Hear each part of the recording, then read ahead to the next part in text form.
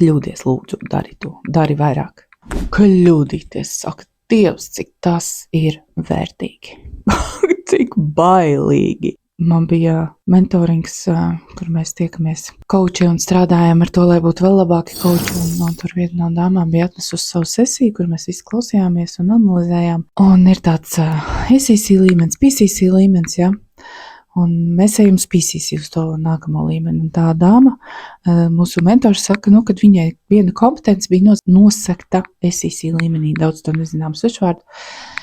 Un tad mēs pētījām, kā tam būtu jābūt bijis sesijā, kā tas būtu bijis jāizskatās, kādai sajūtai, kādai pilnīgi konkrēti kāds jautājums varēja uzdot jau PCC līmenī. Bet kāpēc to stāstu? Tāpēc, ka mēs visas bijām dziļi pateicīgas viņai par šo, jo man bija galvā tas nesapratnē, ar ko atšķiras PCC no SEC, kā es varu zināt, kurā līmenī es kaučoju. Un tā mēs skaidri ieraudzījām, kā tas ir, kad ir tā un kad ir tā. Vienkārši fantastiski. Jā, viņai tas radīja pārdomas, par to viņa ar mums pēc tam dalījās, ka tas bija viņai diezgan grūta mentoringa sesija.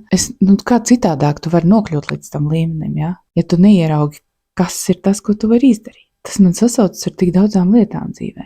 Man, piemēram, arī cilvēki saka, Ilze, tavi video ir kļuvuši profesionālāk, jā. Es viņus 5 gadus filmēju. Es arī augu kā profesionāls. Bet tas viss iet caur darīšanu. Noteikti arī caur kļūdīšanos. Arī caur izpēti. Arī ar paldies visiem, kas sniedz man atgrieznisko saiti. Kļūdies, lūdzu, dari to, dari vairāk. Jo tikai tā tu vari kļūt profesionālāks. Tikai tā tu vari kļūt labāks. Dari to vairāk.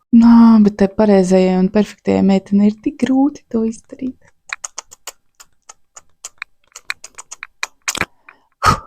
Tu zini, cik daudz video es esmu ielikus? Labi, lai iet. Nē, nav jau tur viss labi.